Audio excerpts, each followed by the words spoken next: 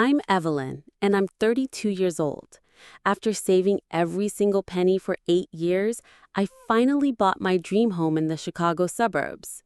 My family always said they were proud of my independence, while my younger brother, Dashiell, seemed to coast through life on their generosity. Last Sunday, when Dashiell announced at our family dinner that he was moving into my house, our meal took an unexpected turn.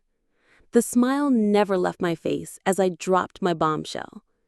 Before I tell you how I handled my entitled brother, leave a comment letting me know where you're watching from. If you've ever had to stand up to family who took you for granted, smash that like button. Growing up in the Chicago suburbs, our middle-class family looked perfect from the outside. My parents worked hard to provide us with a comfortable life. Dad was an accountant at a respected firm, and Mom taught second grade at the local elementary school. We never lacked for necessities, but luxuries were earned through chores and good grades. At least, that was the rule for me. My brother Dashiell, who's 3 years younger than me, somehow lived by a different set of family rules. As kids, while I had to save my allowance for weeks to buy something I wanted, Dashiell would throw a tantrum in a store and walk out with a new toy. My parents claimed Dashiell was sensitive and needed extra support. This pattern continued throughout our childhood and teenage years. I still remember the summer before starting college working 2 jobs to save money for textbooks. Meanwhile, Dashiell spent his days playing video games and hanging out with friends. When September came, my parents helped me move into my dorm room, but they made it clear that my education was primarily my responsibility. They contributed what they could, but I took out loans and worked part-time throughout my 4 years to make ends meet. Dashiell, on the other hand, received a free ride to the same university 2 years later. He failed out after 3 semesters, having spent more time partying than studying. Instead of facing consequences, my parents paid for him to attend community college, which he also dropped out of after a year. This began a pattern that would continue well into our adult lives. After graduating with my business degree, I worked my way up in a real estate firm, starting as an assistant and eventually becoming a full agent. The housing market in Chicago was competitive, but I built a reputation for honesty and hard work. Every commission check went partly into savings for my own home someday. Dashiell bounced between jobs like they were dating prospects. He tried bartending but got fired for giving free drinks to friends. He worked at a cell phone store until inventory discrepancies led to his dismissal. He even attempted to sell insurance, but couldn't be bothered to study for the licensing exam. Each failure came with a ready excuse: bad management, toxic workplace, or just plain bad luck. Never once did he acknowledge his own role in these situations. Through all this, my parents continued to support him financially. They paid his rent when he came up short, which was most months. They bought him a car when his old one died, claiming he needed reliable transportation to find a good job. They even paid off his credit card debt twice, lecturing him about responsibility while simultaneously removing the consequences of his irresponsibility. When I turned 29, after 7 years of dedicated saving and career building, I finally had enough for a down payment on a modest house.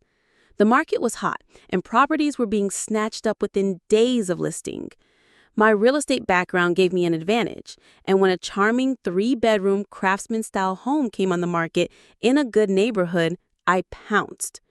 The asking price was at the very top of my budget, but I fell in love with the built-in bookshelves, original hardwood floors, and the bay window in the living room that let in the perfect amount of morning light.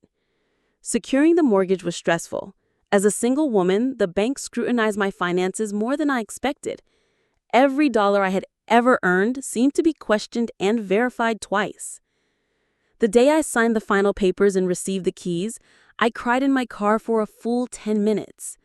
This house represented every sacrifice I had made, every extra shift I had worked, every vacation I had skipped to save money. It wasn't just the building. It was physical proof that my hard work meant something. Part 2 of 10, The Dream Home Years. My parents attended my housewarming party and seemed genuinely proud. Dad grilled in the backyard while Mom helped me arrange furniture.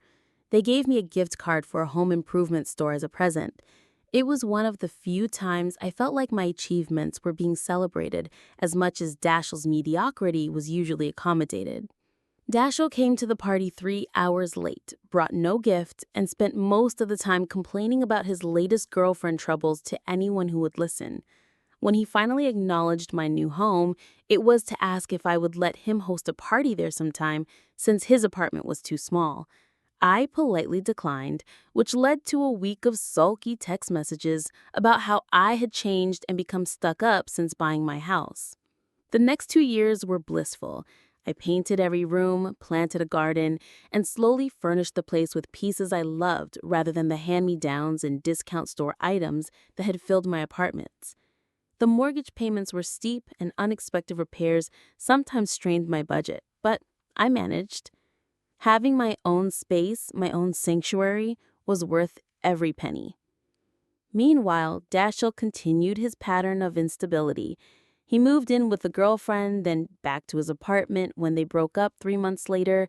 He quit another job because his boss didn't respect his creative vision for the marketing team. He borrowed money from our parents for a car repair, then used it to go to a music festival. Every family gathering featured a new Dashiell drama, with my parents wringing their hands but never actually requiring him to change. Last month, Dashiell lost his most recent job as an assistant manager at a sporting goods store. Something about inventory discrepancies, again, though his version involved a conspiracy of coworkers who were jealous of his potential. The same week, his landlord informed him that his lease wouldn't be renewed due to multiple noise complaints and late payments. At 30 years old, my brother was once again facing unemployment and potential homelessness. I heard about these developments secondhand from my mother, who called to lament how unfair the world was to her baby boy. The conversation ended with a strange comment about how family needs to stick together through hard times and how our generation needs to support each other more. I thought nothing of it at the time, attributing it to my mother's tendency toward platitudes when she was upset. If I had been paying closer attention, I might have noticed the signs earlier, but I was distracted by my own life and challenges, unaware that my family was making plans that would directly impact me without any consideration for my input or consent. The first sign that something unusual was brewing came in the form of 3 separate phone calls from my parents in a single week. My mother and father typically called on Sunday afternoons for our weekly catch-up, so this sudden increase in communication raised a small red flag. Each call referenced vague family matters that needed discussion, but whenever I asked for specifics, they deflected with comments like, "better to talk in person," and "just some ideas we want to run by you." More concerning were the strange texts from Dashiell. After months of minimal contact, he suddenly wanted to know about my internet service provider and speed. "Just curious about what you pay for Wi-Fi," he wrote, followed by questions about which bedroom had the best natural light and whether the neighbors would mind if someone played music at night. When I asked why he needed this information, he responded with a vague, "no reason," and the smiley face emoji. My suspicions grew when Dashiell texted me asking for the dimensions of my spare bedroom. "Just wondering how big it is, like, would a king-size bed fit in there?" The room in question was my home office, where I often worked evenings and weekends.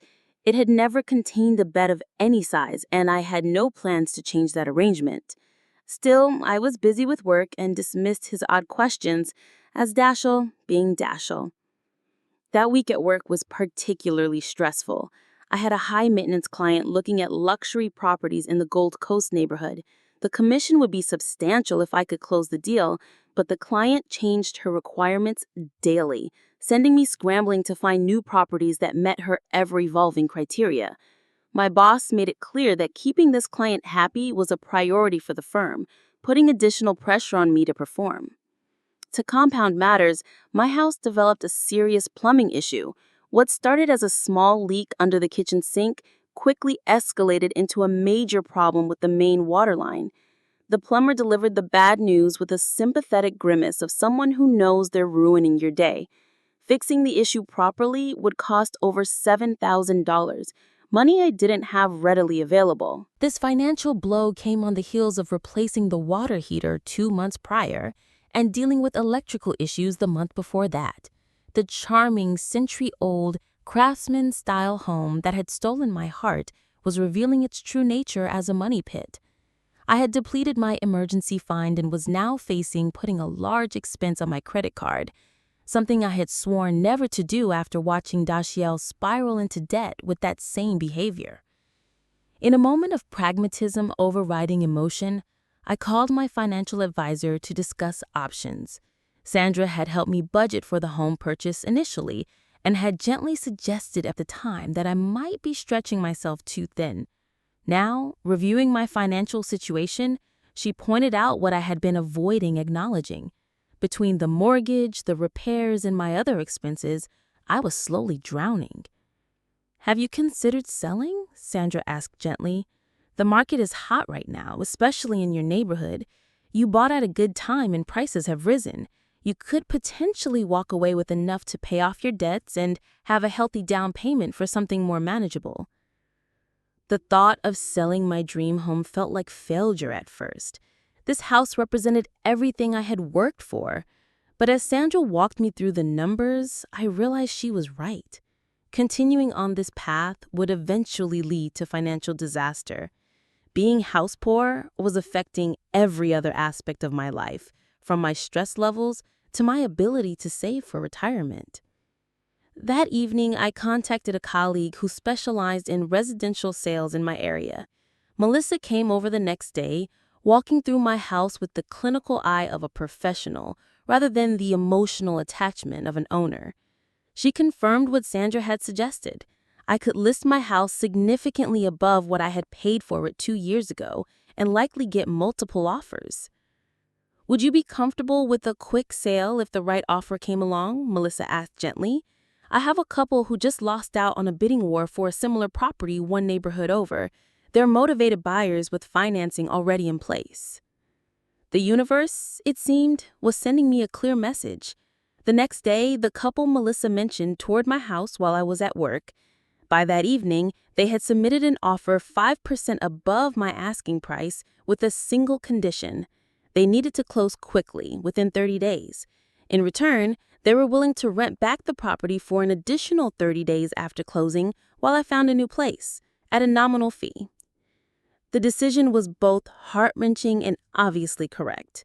I accepted the offer and signed the preliminary paperwork the following day. The inspection was scheduled for early the next week, leaving me with a strange emotional limbo over the weekend. I would be attending my family's traditional Sunday dinner with this massive life change underway, yet I decided not to mention it yet. The sale could still fall through, and more importantly, I wanted to process my own feelings before dealing with my family's reactions. The inspection went smoothly, with only minor issues noted that I agreed to address before closing. By Wednesday, all contingencies had been removed, and the sale was moving forward. The closing was set for the following Thursday, just one day before the next family dinner. I would walk into Sunday's meal with a deed transfer complete and a certified check representing my equity in hand. As I prepared for the dinner, a complex mixture of emotions swirled within me. Relief about my financial situation being resolved competed with sadness about losing the home I loved. Pride in making a mature, responsible decision vied with disappointment that my dream had proven unsustainable. And underlying it all was a growing unease about Dashiell's strange questions and my parents' insistent calls about family matters to discuss. I chose not to tell them about selling my house until after the closing was complete, partly to avoid jinxing the deal, but mostly because I wanted to make this decision entirely on my own, without family input or drama. For once, this was about me and my needs, not about accommodating others or seeking approval. I had no idea that my decision would collide so dramatically with my family's secret plans, or that Sunday's dinner would become a turning point in all our relationships. Sunday dinners at my parents' house had been a tradition since Dashiell and I were in high school. Even after moving out, we maintained the ritual with rare exceptions. Mom always prepared a roast or lasagna or some other comfort food that required hours in the kitchen, and Dad would open a bottle of wine he had been saving for a special occasion. These gatherings normally had a comfortable predictability to them, a rhythm established over decades of family meals. This particular Sunday, I arrived at exactly 5 o'clock, the designated dinner time. The familiar scent of pot roast and garlic mashed potatoes greeted me as I walked through the front door. Mom had set the dining room table with the good china, which was unusual for our casual family dinners. A bottle of champagne chilled in an ice bucket on the sideboard, another departure from our typical wine with dinner. "There she is!" My father called from his recliner in the living room, muting the pregame show he had been watching. He stood to hug me, patting my back with unusual enthusiasm. "Right on time as always, our reliable level-in." My mother emerged from the kitchen, wiping her hands on her apron. "Sweetheart, you look tired. Work keeping you busy?" She embraced me, then held me at arm's length to examine my face. "Those dark circles under your eyes. You're working too hard, honey." "Just a demanding client and some house issues," I replied, deliberately vague. "Something smells amazing, though. Can I help with anything?" No, everything is under control. Dashiell should be here any minute." She exchanged a meaningful glance with my father that I pretended not to notice. "Why don't you sit down and relax? Your father opened some wine already." I accepted a glass of Cabernet and took my usual seat on the sofa, making small talk about the unseasonably warm weather and my mother's container garden on the back patio.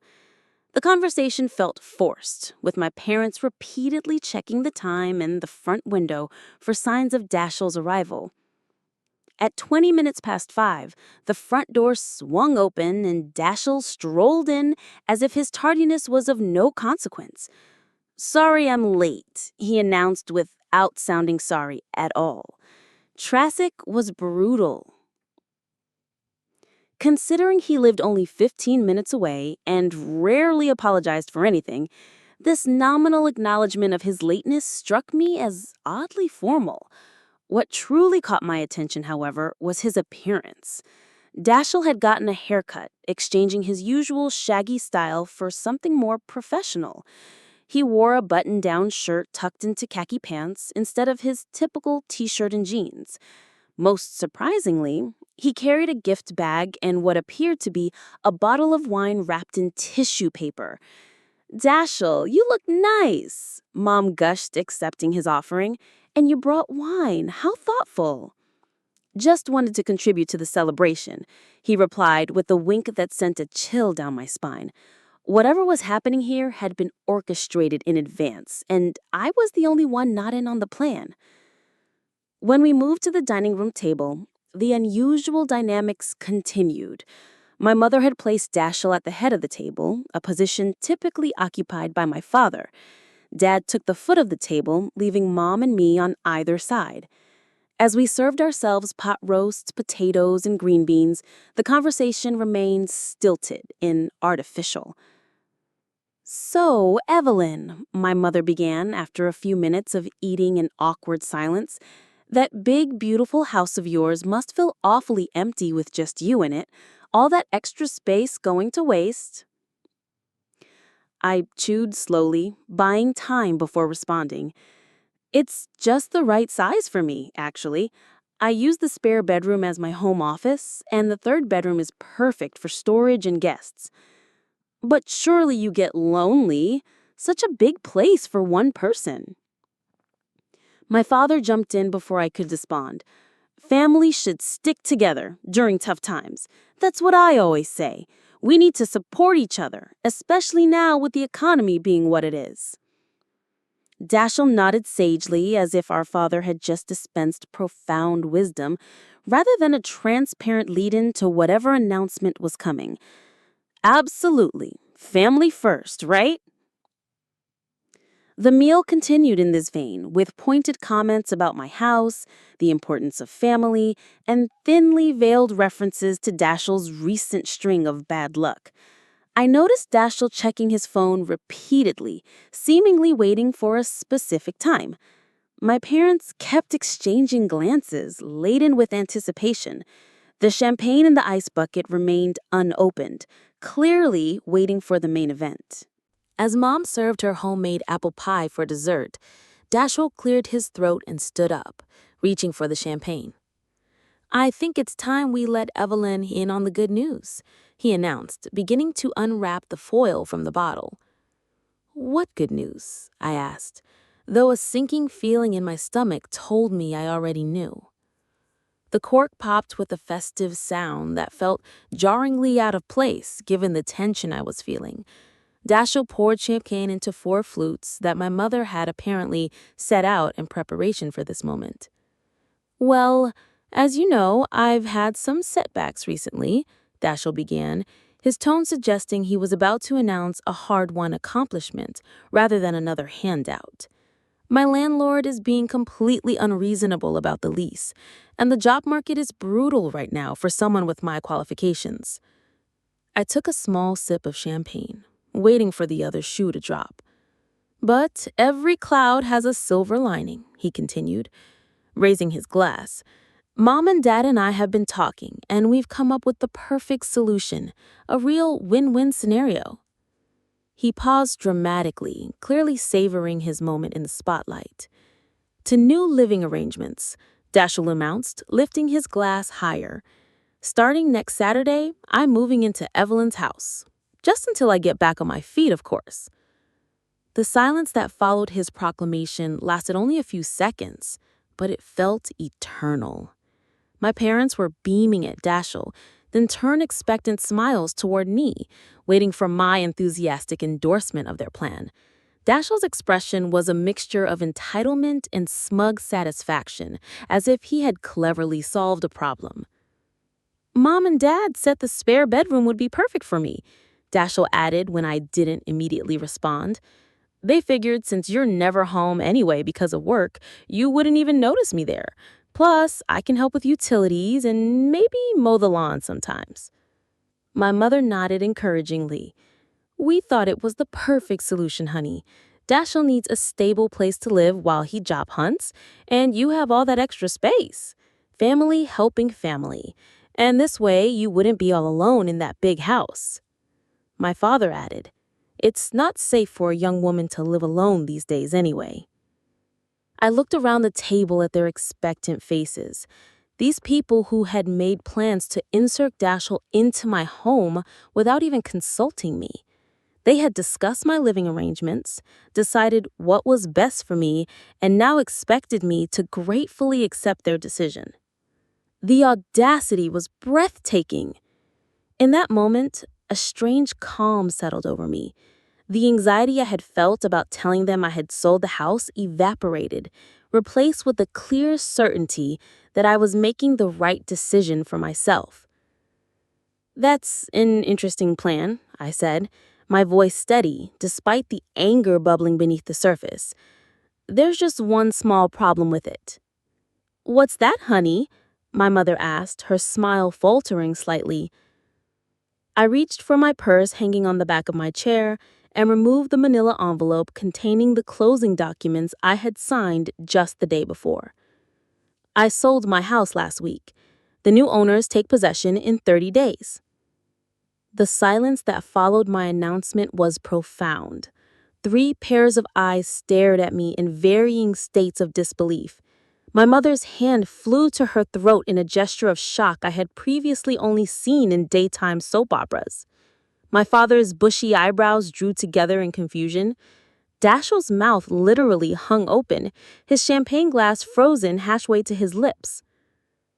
"You're joking, right?" Dashiell finally broke the silence, a nervous laugh escaping him. "This is some kind of weird payback prank."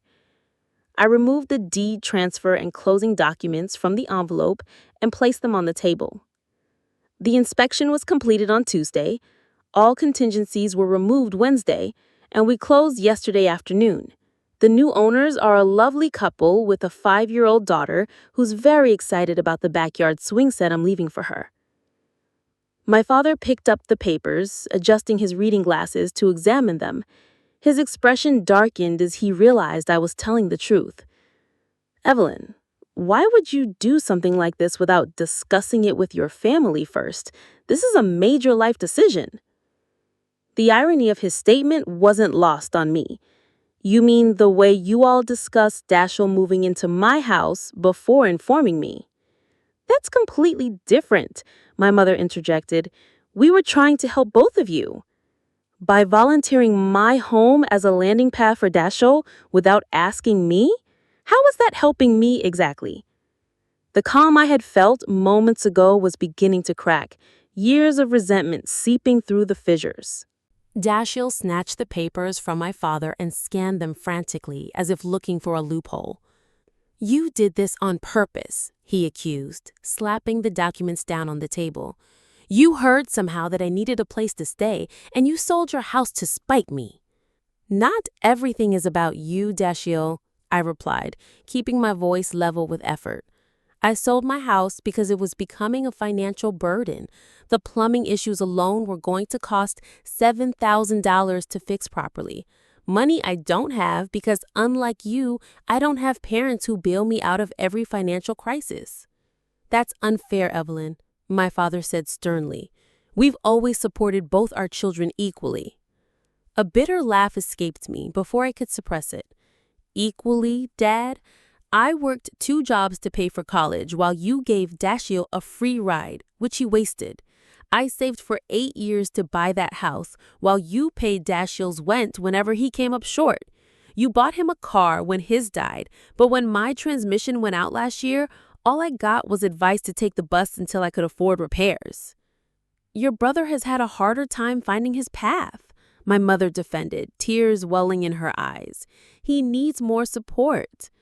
"And whose fault is that?"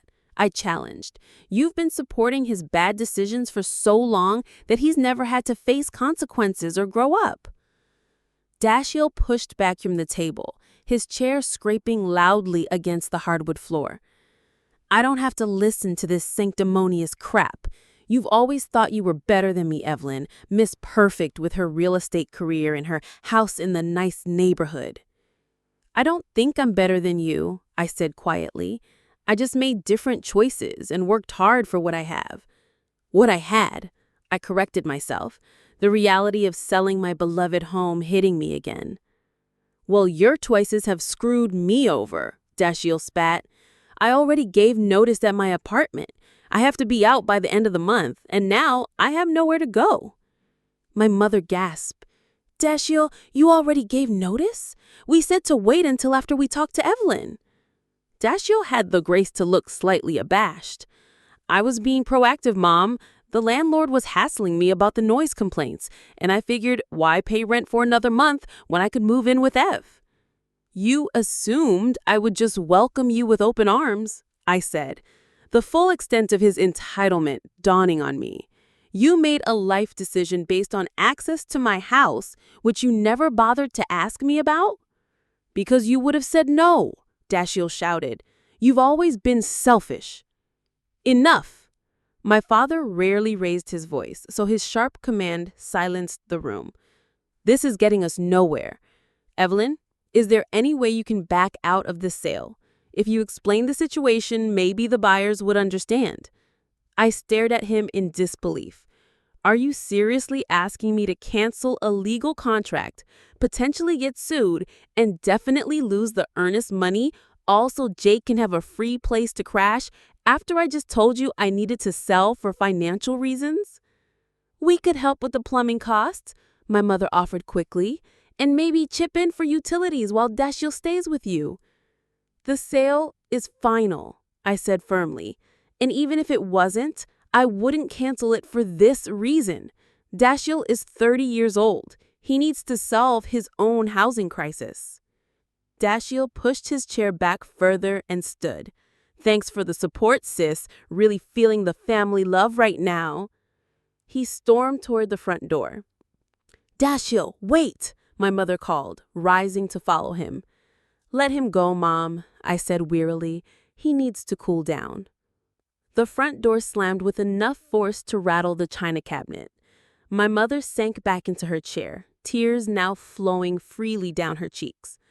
How could you do this to your brother? He's going to be homeless. He's not going to be homeless, I countered. He has options. He could find a roommate situation, rent a studio apartment, or even stay with you and Dad temporarily while he finds a place. My father cleared his throat uncomfortably at this last suggestion. Well, we would offer, of course, but my mother just converted Dashiell's old room into her crafting space and all the furniture has been donated. You still have the guest room, I pointed out. That's more of a storage space now, my mother said quickly. Besides, Dashiell needs his independence. Just not enough independence to find his own housing solution, I observed dryly. Part 7 of 10, Standing Firm and Moving Forward. My father sighed heavily. Evelyn, try to understand. We're just trying to help Dashiell get on his feet. You've always been so capable, so self-sufficient. Dashiell struggles in ways you never did. Because you never gave him the chance to develop those skills, I replied. Every time he faces a consequence for his actions, you swoop in and fix it for him. How is he ever supposed to learn? We're his parents, my mother said defensively. That's what parents do. No, Mom. That's what enablers do, I said gently. Real parental love means preparing your children for the real world, not shielding them from it forever. The conversation continued in circles, with my parents alternating between guilt trips about family loyalty and suggestions for how I could still accommodate Dashiell despite selling my house. Could I let him stay with me in my new place? Could I help pay for his apartment until he found a job? Would I consider lending him money from the proceeds of my home sale? Each suggestion made it clearer that in their eyes, my resources would always be viewed as a potential safety net for Dashiell. The money from my house sale wasn't seen as my financial security, but as a family fund that should be available to solve Dashiell's problems. After an hour of this exhausting conversation, I gathered my purse and the closing documents. I need to go. I have an early showing tomorrow and I need to continue packing tonight. Evelyn, please, my mother began, but I cut her off with a raised hand. I love you both, but I can't keep having this same conversation. Dashiell is an adult, and his housing situation is not my responsibility. I hope you'll help him find a realistic solution, but I need to focus on my own transition right now. My father walked me to the door in silence, his expression troubled. As I turned to say goodbye, he surprised me by pulling me into a tight hug. I'm proud of you, he whispered, even when I don't understand your decisions. It was a small acknowledgement, but in that moment, it meant everything. With tears threatening, I hurried to my car and drove home to my soon-to-be former house, the weight of the evening heavy on my shoulders. The days following the disastrous family dinner were filled with a barrage of texts, calls, and even unexpected visits from various family members. My phone became a battlefield of emotions, with messages ranging from guilt-inducing to outright hostile. Dashiell predictably led the charge with a series of angry texts that evolved from, "I can't believe you would do this to me," to detailed explanations of how I apparently ruined his life. According to him, his entire future had been planned around moving into my house, despite this plan having been conceived without my knowledge or consent. I already told everyone I was moving to your neighborhood. Now I look like an idiot because my own sister would rather sell her house than help me out. I resisted the urge to respond with sarcasm, and instead kept my replies brief and factual. I sold my house for financial reasons. Your living situation is separate from my decision. My parents employed a different tactic. Rather than Dashiell's direct anger, they attempted to negotiate as if we were discussing a business arrangement rather than a fundamental boundary issue. My father and I have been talking, my mother said during one of her daily calls. What if we help with the down payment on your new place? Something with an extra bedroom for Dashiell, just for 6 months until he finds his feet. Mom, that's not the solution, I explained for what felt like a 100th time. I'm downsizing intentionally to reduce my financial stress. Adding Dashiell to my living situation would add more stress, not less. Even extended family members began to weigh in. My Aunt Susan, my mother's sister, called to express her disappointment in my lack of family values. My cousin Patrick sent a lengthy email explaining how his brother had lived with him for a year during a rough patch and how it had strengthened their bond. Neither acknowledged the fundamental difference. Those arrangements had been mutual agreements, not unilateral declarations. Part 8 of 10. Dashiell's Last Stand.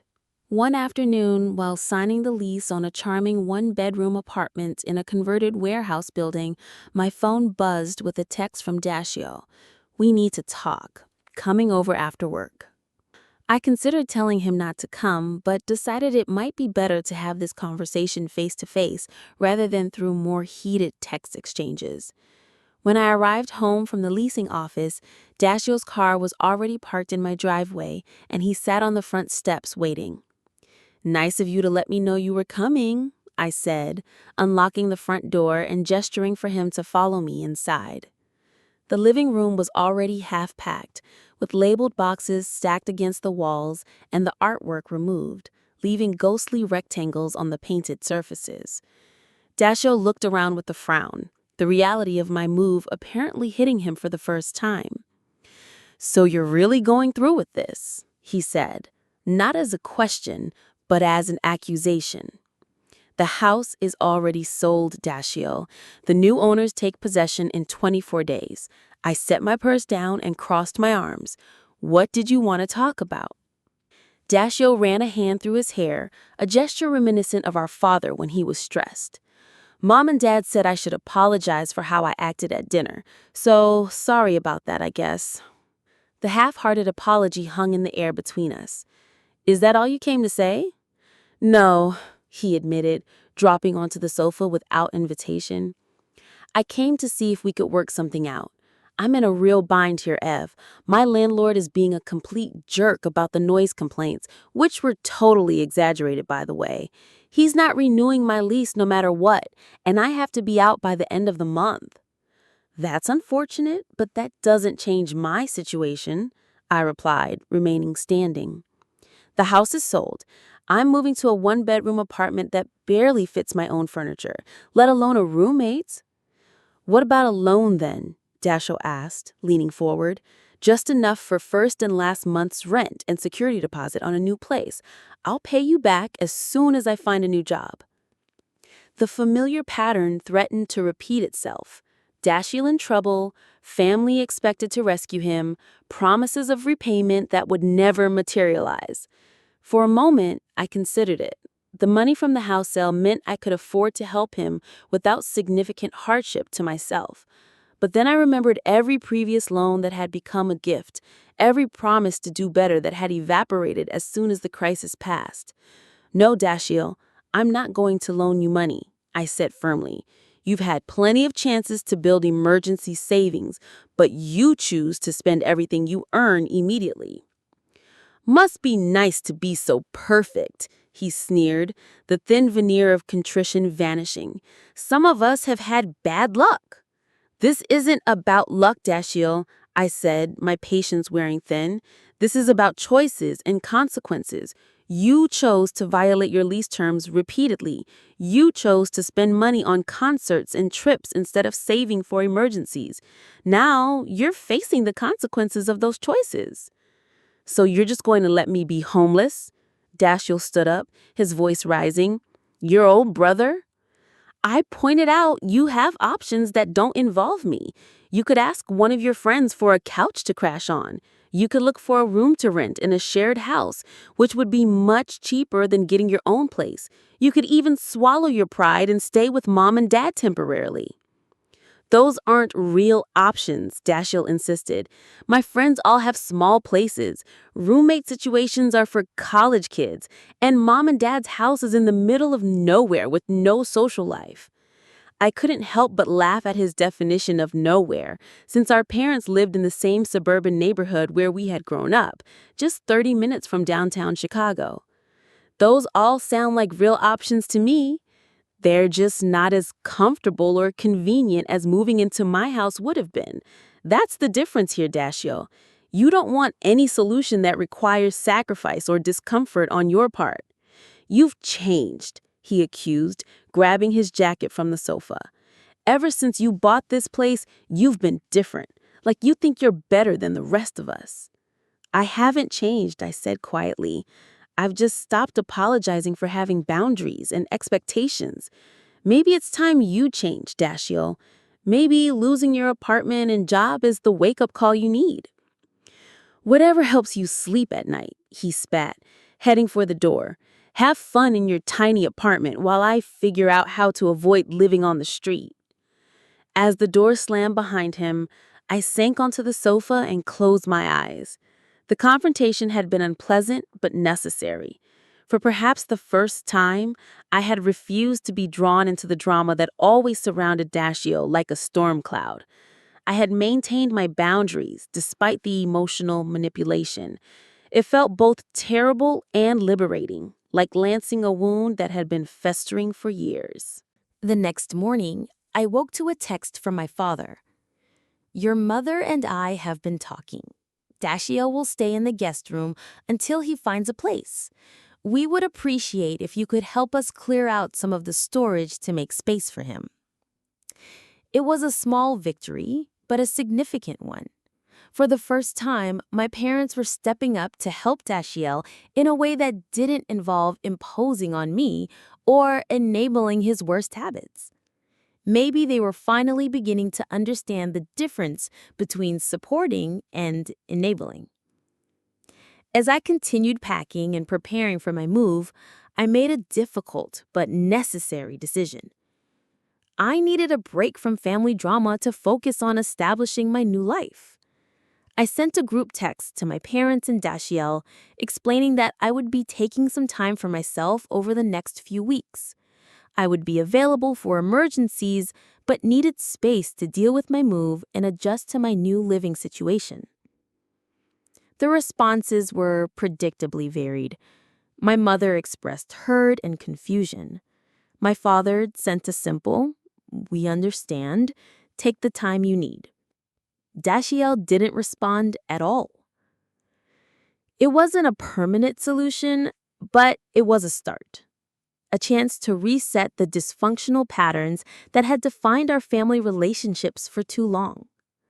As I sealed up another box of belongings, I felt lighter than I had in years, despite the bittersweet reality of leaving my dream home behind.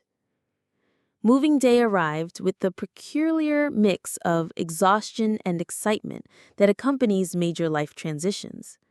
The moving company I had hired arrived promptly at 8 o'clock in the morning, and the systematic dismantling of my life in the dream house began in earnest. Each piece of furniture carried out the door represented a memory, an investment, a piece of the life I had built for myself. The bay window where I had spent countless Sunday mornings reading with coffee in hand. The dining room table where I had hosted dinner parties for friends and colleagues.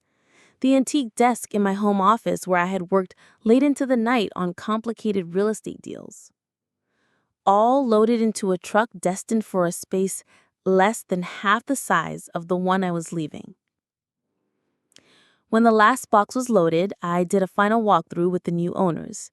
The young couple was visibly excited, already discussing where their daughter's toys would go and which room would become their home office. Their enthusiasm was infectious, and I found myself sharing in their joy.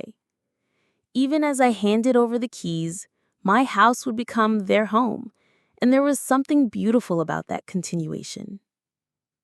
The first few weeks in my new apartment were an adjustment.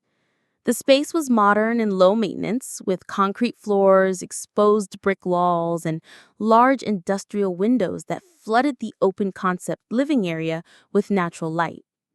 It was stylish in a way my old house had never been, But it took time to adapt to the smaller footprint and the sounds of city living outside my windows. What surprised me most was the financial relief I felt almost immediately. After paying off the remaining mortgage and setting aside money for taxes, I had enough left to clear all my outstanding debts and establish a healthy emergency fund.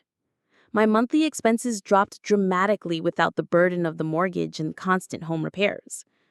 For the first time in years, I could look at my bank account without a knot of anxiety forming in my stomach. Meanwhile, across town, my family was undergoing their own adjustment period. True to their word, my parents had cleared enough space in their guest room to accommodate Dashiell temporarily. According to the occasional updates from my mother, the arrangement wasn't without challenges. "He stays out until all hours," she complained during one of our brief phone calls. "And he leaves his dishes in the sink, even though I've asked him a dozen times to rinse them." I listened sympathetically, but resisted the urge to say, "I told you so." This was a lesson my parents needed to learn for themselves.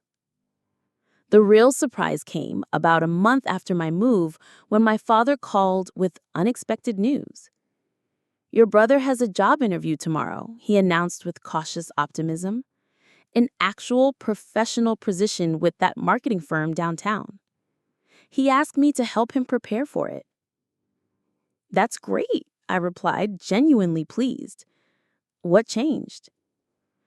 "Well," my father said with a chuckle, "Mom implemented some house rules: rent due on the first of the month, chores assigned weekly, and a curfew for weeknights. Dashiell pitched the fit at first, but when she stood firm and I backed her up, he realized we were serious." "Mom is charging him rent?" I couldn't keep the shock from my voice. "Not much," my father admitted, "just enough to give him some responsibility. We're putting the money aside to help him with the security deposit when he finds his own place. But he doesn't know that part." It was a small step, but a significant one. For perhaps the first time, my parents were treating Dashiell like an adult, capable of meeting expectations, rather than a perpetual child in need of rescue. 2 weeks later, the family gathered for the first Sunday dinner since the confrontation. I arrived with some trepidation, unsure what reception to expect. To my surprise, the atmosphere was cordial, if somewhat strained. Dashiell, dressed in business casual attire I had rarely seen him wear, announced that he had gotten the marketing job and would be starting the following Monday. "It's entry level," he explained with unusual humility, "but there's room for advancement if I prove myself." "That's wonderful, Dashiell," I said sincerely. "The marketing background from your community college courses should help." He nodded, meeting my eyes briefly before looking away. It wasn't an apology, but it was an acknowledgement of sorts, a recognition that things were changing between us. After dinner, while helping my mother clear the table, she pulled me into an unexpected hug. "I owe you an apology," she said quietly. "Your father and I have been talking, and we realize now that we haven't been fair to either of you. We expected too little of Dashiell and too much of you." The acknowledgement brought tears to my eyes. "Thanks, Mom. That means a lot." "It hasn't been easy having him back home," she continued with a rueful smile, "but it's been good for all of us. I think your father and I are learning to set boundaries we should have established years ago." Over the following months, a new family dynamic slowly emerged. Dashiell found an apartment within his budget in a neighborhood not far from his new job. It was small and far from luxurious, but it was his, earned through his own efforts. When he hosted a modest housewarming party, I brought a plant and a gift card to a nearby grocery store as my contribution. "Thanks for coming," he said awkwardly as I was leaving. "I know things have been weird between us." "Family is complicated," I replied with a smile, "but we're figuring it out." "For what it's worth," he added, hands shoved in his pockets, "I get it now, while you were so protective of your house and your independence.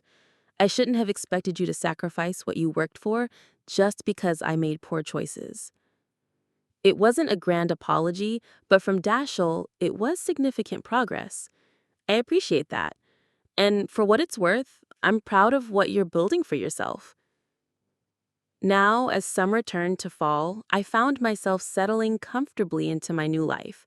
The apartment had become home, decorated with my favorite pieces from the house and a few new additions better suited to the urban industrial aesthetic. My financial situation had stabilized, allowing me to focus on building my career rather than just paying bills. With the proceeds from the house sale invested wisely, I began casually looking at properties again, but with a more realistic perspective. The dream home had taught me valuable lessons about the difference between what I wanted and what I needed, between status and security. When the time came to buy again, it would be with clear eyes and practical expectations. Meanwhile, my relationship with my family continued to evolve.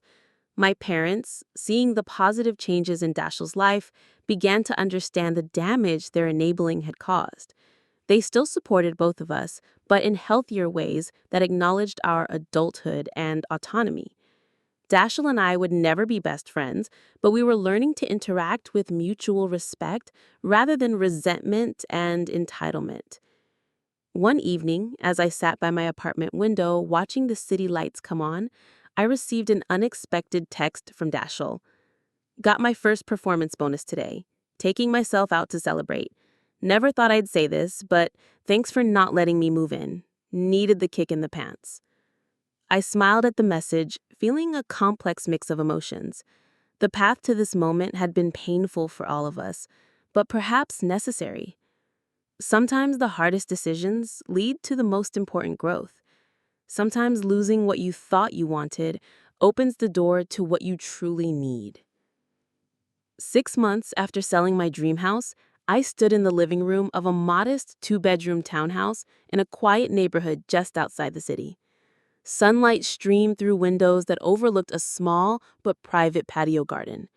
The space was smaller than my former house, but more practical for my needs, with modern amenities that wouldn't require constant repairs and updates.